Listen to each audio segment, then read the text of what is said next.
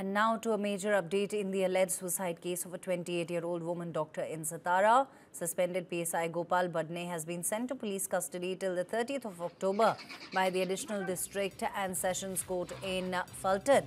According to sources, Badne appeared in the Fulton Rural Police Station late Saturday night, following which the Fulton City Police took him into custody. He was interrogated for about an hour before being sent for a medical checkup and was produced in court yesterday afternoon. The woman doctor posted at the government-run sub-district hospital in Fulton was found hanging in a hotel room late on the 23rd of October. A note scrawled on her palm named Sub-Inspector Gopal Badne and her landlord's son Prashant Bankar, accusing them of sexual assault and mental harassment. Police have registered a case of rape and abetment to suicide against both men. While Prashant Bankar was arrested Saturday morning, Badne had been absconding since the incident until his surrender on Saturday night.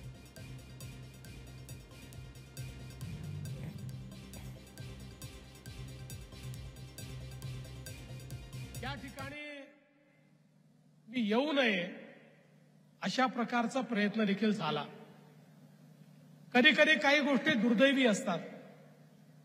परवा आमची एक लहान बहीण doctor संपदा मुंडे यांचा अतिशय दुर्दैवी अशा प्रकारचा मृत्यू झाला. त्या आमच्या भगिनीने आत्महत्या केली आणि आत्महत्या करताना त्याचं कारण देखील आपल्या हातावर लिहून ठेवलं.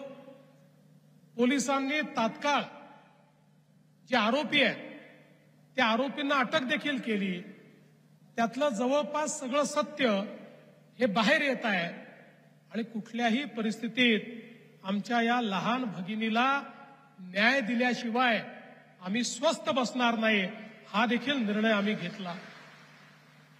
अलीकडच्या काळामध्ये प्रत्येक गोष्टीत राजकारण घुसवायचं अशा प्रकारचा अतिशय निंदनीय प्रयत्न या ठिकाणी होताना पाहायला मिळाला आणि काहीही कारण नसताना या ठिकाणी रणजितदादांचं, सचिनदादांचं नाव याच्यात घुसवण्याचा प्रयत्न करण्यात आला.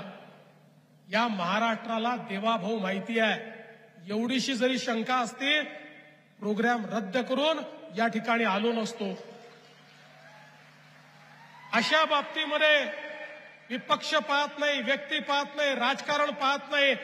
जिथे माझ्या लहान भगिनीचा विषय आहे तिथे कुठलंही कॉम्प्रोमाइज मी करत नाही.